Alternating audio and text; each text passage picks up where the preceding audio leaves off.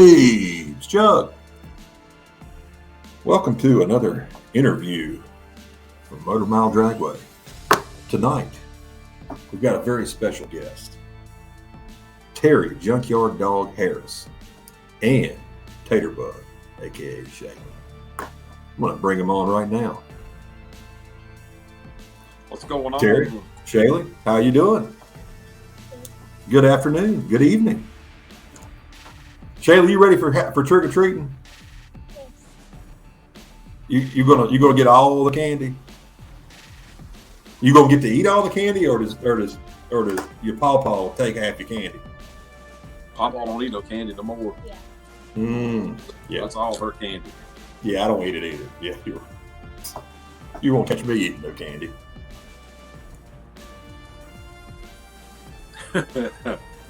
So, we've got a couple.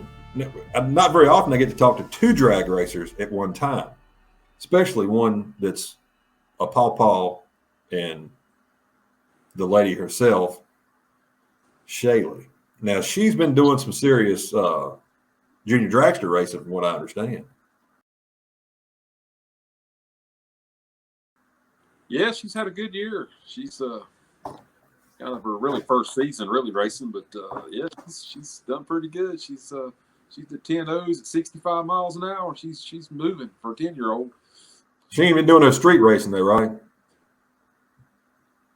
How much longer do you think it's going to be before you move out of the junior dragster and take one of Pawpaw's cars? You think that's going to be pretty soon? Probably pretty soon. You thinking maybe next year? Yeah, maybe next year. Well, how old are you now? What are you, 15? You not 15 yet? 14? 10. Yeah. 10? Good day. Well, you may have to wait at least 2 years then, I guess. I reckon so. You better, cheerleading, basketball, went from drag racing to cheerleading to basketball now. So we in basketball. Does it all. So are you Pawpaw's number one fan when he's drag racing? Yes. You cheer him on all the time? Yes. A lot. A lot? Mm-hmm. Have you ever cheered for me instead? You have. You're like, go Chuck, go. Nah. If you did, it'd been a long time ago because I haven't done it in a long time. I'm not much of a racer. Tell us about the 15-year-old car, your old 68 in a while, your Camaro. Where's that thing been for the last year? Well, kind of redoing it right now. It's just it was kind of getting kind of a little ugly, so I'm kind of redoing it. We had a little mishap at the King of the Street race, got into the wall a little bit, and yeah, kind of got tired. I recall that. But got really lucky that night, and Mickey done a good job, Mickey Johnson, and we kept out of the wall, and it was a good night for both of us, really. Yeah, but you're taking this for, you had an opportunity. You've been kind of, well, that car had used to been a big tire car, didn't it? And it had a stretch fender wheel. It was originally limited street when they run 2910.5s back in the 2000s. It was built for limited street, and at one time it had 706 in it. So. And that, because that car's been around a long time, way before, Yeah. My good old friend Gene Taylor kind of got retired. Car wasn't for sale, but he kept on and on to me to buy that car from me. He wanted me to do something with it. And we kind of. The old Gene used to race King of the Streets too, back a long time ago. Yeah, Gene. He's kind of golfing, taking it easy nowadays. Yeah. So that car had a little stretch fender wheel, and you wanted to put a new quarter panel on anyway. So I want to put new quarters in. So it fit the 28s a little better. Yeah, 28s, 275s, about all I ever ran anyway. So. Yeah. And then when you got into doing that, you realized that things were moved around a lot more than you thought, and you decided to redo the whole rear chassis. The wheelbase was off a little bit, so I had to redo some of the suspension in the back and just doing some changing to it, just trying to get a little weight out of it, and get a little weight off me, just trying to make the car a little faster.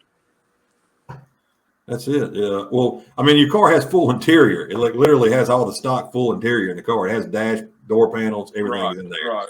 That Yeah, car's we not got- been gutted out and stripped down at all, really. I mean, it's all still got all the classic parts on it. So Yeah, we ran some of the fastest times in the car that I just dreamed about doing. Be honest, and it, you know, you think about that long. You know, you've been you had a goal in mind. You know, first was getting the Fords. Well, you kind of crushed that, and you got past that a good ways. Right now, it's just trying to get a little quicker. Just yeah. got Todd Booth doing a new combo. It should be pretty fast. It really should be. Yeah. So Todd's built you a new motor for this one? Yes. Yes. Yeah.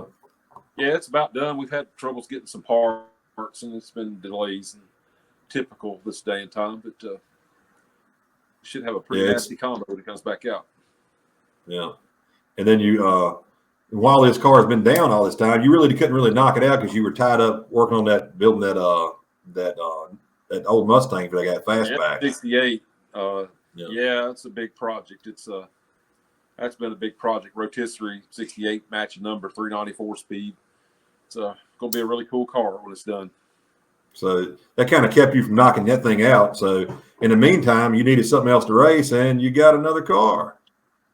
Yeah, we got a third gen Camaro. We've done a ton of work to it. I've been out here for hours and hours every weekend for the past 6-8 weeks working on this thing. Finally, hopefully got the bugs worked out. And we kind of debuted it at JJ's race. Converter was way off, but we should have a pretty mean hot rod Saturday. Was it too tight or too loose? What was the deal with the converter? Too loose. It blew through the converter so bad the shift light stayed on, and hadn't set in the car, and I hadn't slept for about 30 hours. I was really tired, and I was ready to go home, but I just want to be part of the show. So. Yeah. It still ran decent though, didn't it? For even though. Yeah, the car 60 footed good, but it just when I shifted, it just turned the shift light on. It was just so loose. It was just a way for this combination. The motor makes probably 1,300 horsepower on raw motor, probably. So it's just it was a little loose. Did you spray it up there? Or did you run it on motor? No, I didn't spray it. I just ran it on motor. And and it was still too loose, even just on motor. It was too loose. Yeah. Oh yeah. Imagine what happened if you'd have hit it with about 600 or so, 700 horsepower. Yeah. It probably wouldn't be too good, but we'll definitely get it turned up. Now this new car, it's a like third gen IROC looking Camaro. Stock suspension car. It's you can kind of get a look of it there, a little bit of it there. Oh yeah. Not the car. And you painted it and everything after you got it, didn't you? You had it and you painted it within like a week, didn't you? Yeah. Well, I worked on it for probably about, I don't know, man. It was about 14 days of hell, pretty much. Yeah. What color was it when you got it? Was it already black or was it a different color? It was black. You just put a new shine on it. Black car. Yeah. It had a pretty old school ratty paint job on it. Yeah. Can't roll if it ain't got some weight to it. And it's got a like a spread port big block in it. Yeah, it's got a whole big motor, 12-degree heads on it. It makes some steam. It's got two carburetors and all that good stuff. Yeah, yeah. It's a stock suspension car. It's a 750 certed stock suspension torque arm car.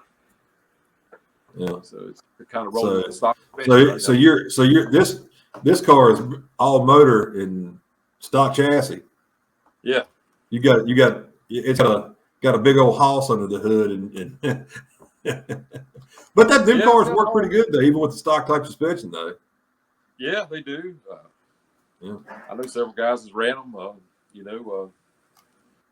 Mickey and his brother had a car, and Matt Goins' car. They really worked well. So we'll give it a try. See how it goes. Yeah, old Matt's car is pretty fast for his stock suspension, and then and they're the same suspension on them third gens as the fourth gen too, ain't it? Is it basically the same, isn't it?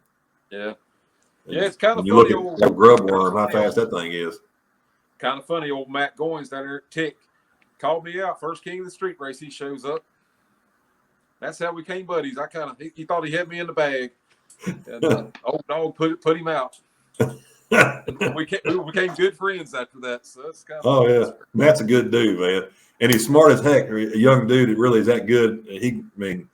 Runs all them CNC machines and welds like he does. It's amazing you can have that much skill, without having 40 years of experience. That's pretty awesome. Well, it's awesome. People like him are still keeping this sport going. We all getting old, and it's good to get the young guys into it. It's got a lot of talents. Yeah, it really is. It's some young dudes out there that's really bringing the sport along. You definitely ain't worried about it going away because there's plenty of them keeping it going for sure. Right. So what do you think about no prep? You've pretty much been doing prep like radio type stuff now for a long time, and but you've been dabbling in a little bit. You've been going to some of JJ's events when it's nearby and that kind of stuff here lately, and you got the little itch for it there, don't you? Well, technically, I wouldn't say. We raced at places like Natural Bridge and stuff like that. That was no prep before no prep was no prep. So. Yeah. New London, you raced at those places, so you kind of was used to it. So, oh yeah, I've always said the last couple of years that 28 tire racing was going to make a comeback. I didn't really know it was going to come on a no prep surface, but I think it's really good races. The PDRA stuff they're doing, that Super Street deal, I think that's going to be a class that's really going to take off. I think it's the slick tire racing. Yeah. I think it's coming back. Yeah, it definitely adds some new, fresh excitement to it. That's for sure. It's it kind of reminds you of the old days. You've been with me since the very get go with King of the Streets too. Like we back in 04 and 05, you was up there with that blue Nova that you had the Yenko stripes and stuff on. Right. And you've won a few times, a couple times. Yeah, we was back-to-back champions, and COVID hit, and then we won a few races. We won a few of them through the years. So we won. Remember back in the old days, you with all the old guys that used to come, old Fast Daddy and all them and stuff, man, it was some good racing back in. This no prep kind of reminds you of that. It's kind of that same style. Really, the fans really like it. We got so many more cars now than was back then. It's nothing to have a 20-some car field. Back then, you were struggling to get 8 to 10 cars a race. So now you have those great events. I've done this stuff a long time. I don't have much longer left doing it, but I'm trying to squeeze in as many more days as I can doing it. So you just take each day. Yeah. You probably ain't got another 20 years left of racing. Man, I don't know about that. It's these late nights. It makes you feel like an old man. Yeah, I don't know how you feel. You mind telling us a little story? I got a story I want you to tell us, everybody, because it's one of my favorites, and I thought maybe you might would repeat it for everyone else. You know which one I want to ask you for? It's hard to say. The hot dog story. Oh, dear God. The hot dog suit? Yeah. You want to tell us the hot dog suit story? Well, we can. We will try to make it as short as possible, but... okay, yeah, go ahead. Yeah, we was, when you're young, you do dumb stuff. And used to be a drive-in in Christiansburg called the Country Boy Drive-In. We got obsessed with taking the hot dog. They had this big old hot dog chained to the pole outside. So he said, "Hey man, we're gonna take this hot dog." So we got it. It was gone for a couple of weeks. Well, we decided to have this party, and I got in the hot dog suit. This thing was probably made in the 30s or 40s. Well, the police came, and you try to run in a hot dog. It's where the bun comes down to your shins. You can imagine how this goes, and get tackled by the police in a field. So, got pretty claustrophobic in it. Got arrested for stealing the damn hot dog. So you was arrested at the party for wearing a stolen hot dog suit. Yeah. And your whole body was your head sticking out the hole or something? Or your eyes look through the wiener pretty much. Your eyes stuck out looking at the wiener. Yeah. Craig like that. Yeah. And so when they tackled you, you said they got it all twisted around and you couldn't breathe. I couldn't breathe, and then I got drug out by my heels and my feet. And and you actually went to jail for a little bit for the hot dog suit incident. Just a brief moment, yeah. And the judge was really cool because this thing was valued at $3,000. We didn't know that this thing was valued at this kind of a dollar amount. Yeah. So we went to court, and the judge looked at me and he says, "Hey, what was the reason for this?" He said, "This is a felony charge." I said, "Man, we were just having a good time. We didn't realize this thing. I just wanted to dance in it. That's what I told him." And the judge thought that was hilarious. And he says, anyway, he gave me a bunch of community service. I had to mow some graveyard lawns and stuff like that. But learned a lesson from that. Don't take a hot dog that don't belong to you. But That's it.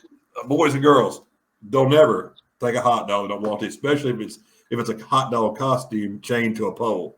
Don't take it. I mean, back in the day, I was driven off adrenaline, and I kept driving by that thing every day at work. And I says, "Man, I got to get that hot dog," but it just didn't turn out too good. I didn't know it was a reward for it. It'd been a reward for it for weeks in the newspaper, but I didn't read the newspaper back then. So. You didn't know it? No. If you knew there was a reward out for you, probably wouldn't have wore it to that party. Well, or maybe you would have. I didn't know. I didn't figure it was. I didn't figure they had an APB out on a hot dog, but they evidently did.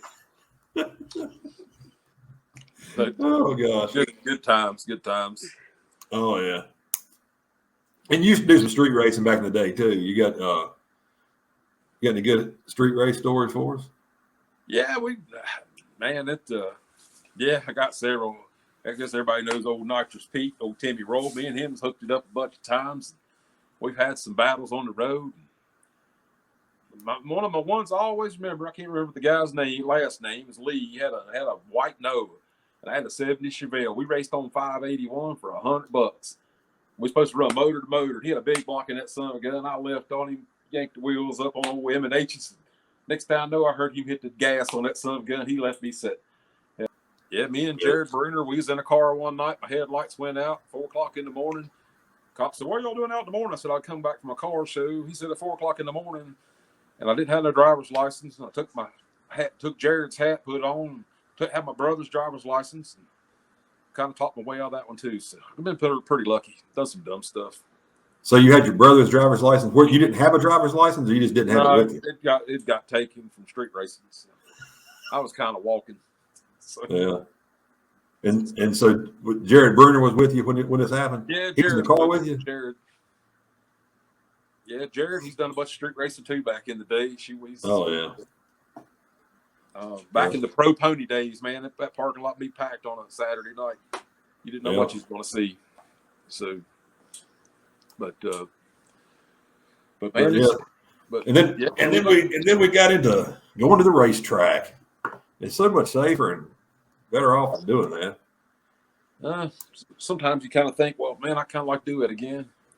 But then again, I don't know. Cars don't want to deal with the consequences. On the street now. Yeah. I think the cars now it's pretty dangerous out there. But people does it, and you can't hold them from doing it because we done it too. So you can't go against it. Yeah, but the thing is too is back then really the cars weren't nowhere close to as fast as what people have now though. Oh no, and these new cars, traction control, and it's hard to control a car nowadays compared to like these new cars. Some people that's got these old cars, they think they can run with these new ones. They don't realize how fast these new cars are. I mean, it's pretty gangster. Oh, yeah. Well, I remember back then. I mean, if you had a car that was running the sixes, that was a pretty fast car. Yeah. And especially if it was a street race car, if you could run, in the sixes on the street, man, you was pretty lethal. But it's I mean, I had a Nova in '96. It run 690s on motor, and it would run 60s, 580s on nitrous back in '96, and hauled that thing all the way to Memphis and raced that thing at the Poplar Hot Rod and Shootout at Memphis Speedway back in '96. I think it was '96, but man, that was a long.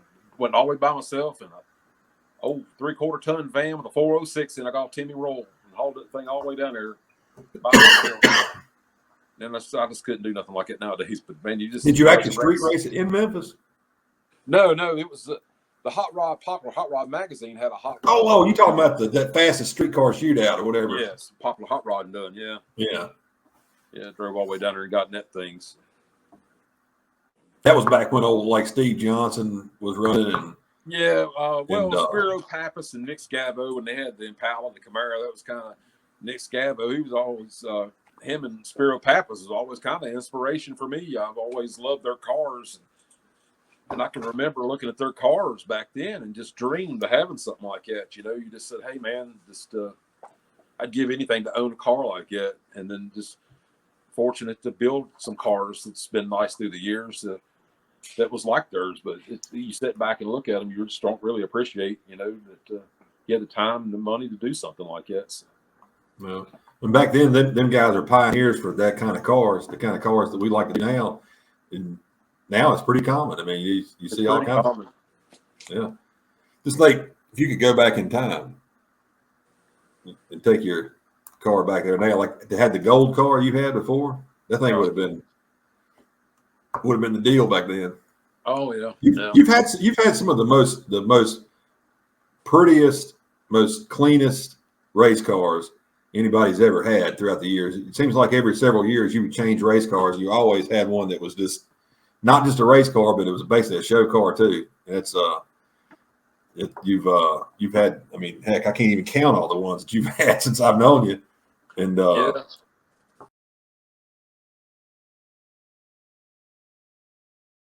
You always put the slick shine job on all of them. Yeah, I like the old nostalgic cars, but this car here I got now, it's kind of it's a new chapter. It's the newest car I've had out in a long time, so it's a little different look. Same paint scheme as my other car, but it's just it's a little bit newer. Yeah. Give it a try. So now you got two Camaros on two different ends of the spectrum there. You got the 68 first generation, then you got this third generation. Now you need to get you a second and a fourth. Well, I've got a second one, but I got one of them out in the building. I got 70 out in the building. So. Oh, you got a 70 in the building? Yeah, I've had it for 20 years probably, and I got a 69. Split bumper? Or? Yeah. Mm-hmm. Yep. You need to fix that for a street rider so you can ride it out. Well, Tater Bugs, he's already claimed his 69 Camaro if I ever get it built for her. That's what she's wanting to drive. So hopefully the world don't get too crazy by then and she could drive something like that. So. Yeah. It'd be cool if she could drive to school. That'd be neat. Yeah. She'd be the most popular kid at school. We get to ride up in that.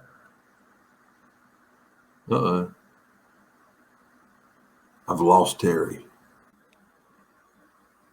All right.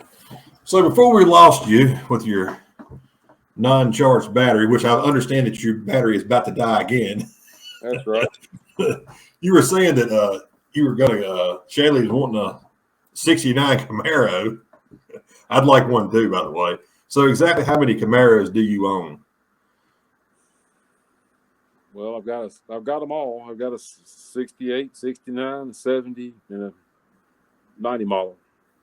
Okay, so you need about a you need like a 2000 model now, and then like a 2020, and you'll be straight.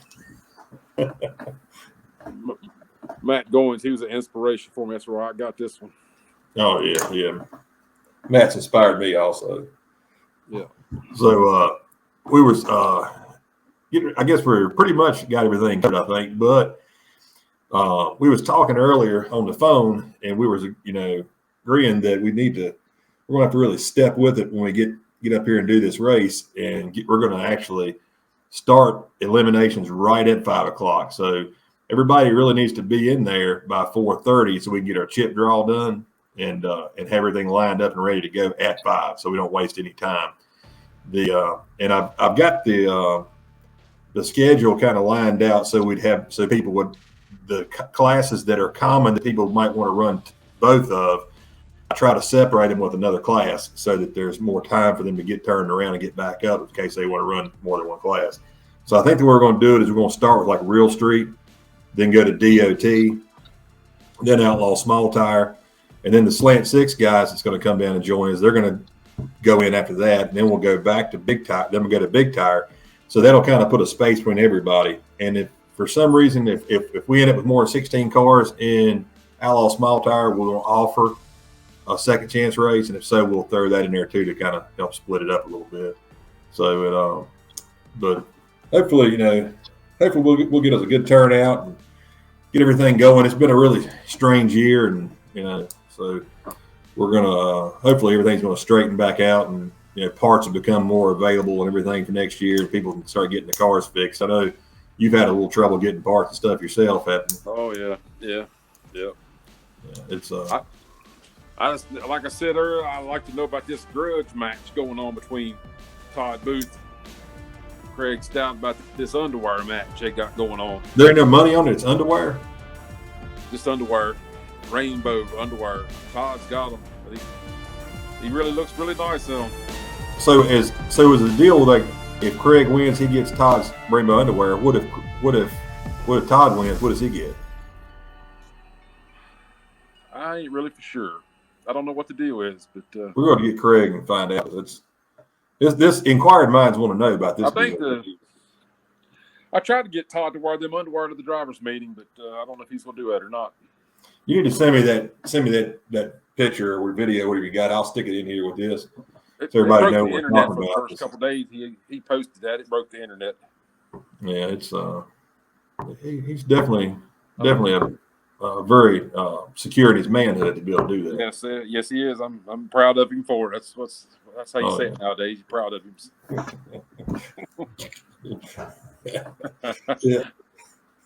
Yeah, we'll have to go ahead and put that on there so everybody will know exactly what we're talking about here. But you was going to tell me. You was also going to tell me about how you and Big Craig met. You had a little disaster that day or something.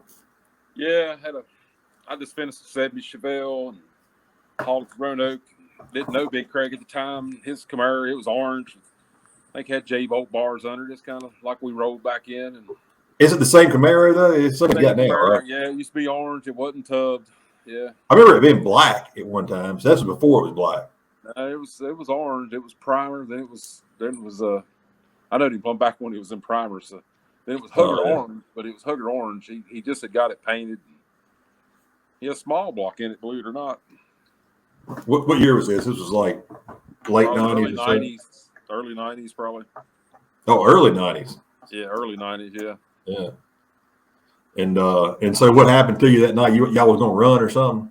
Well, I went for a test run down. It's a side street beside the Hardys on Williamson Road. There's a trailer place there. It's a dead end road. Can't remember who had in the car, but anyway, the car went through a chain link fence, landed out the football field. I drove it back up Williamson Road and headlights knocked out, chrome hanging off. Wasn't a good day, but I fixed it and I was back next week, back at it again.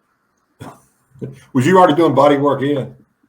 Yeah, shoot, I've been helping my dad in the body shop since I was probably 10 years old. Oh yeah. So your dad was a body man, your brother's a body man. Right.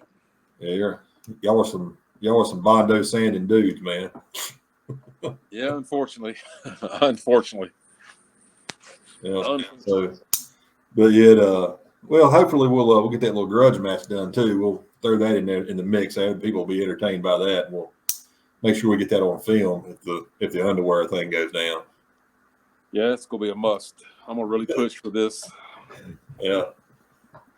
Well, I appreciate you meeting up with me and hollering at me on here, and we'll see you. You're gonna go up there and test on Friday, I'm sure. That's the plan. Yeah. Get her all ironed up. You got everything all ready to go. You buttoned up and ready to go. Well, we hoping so.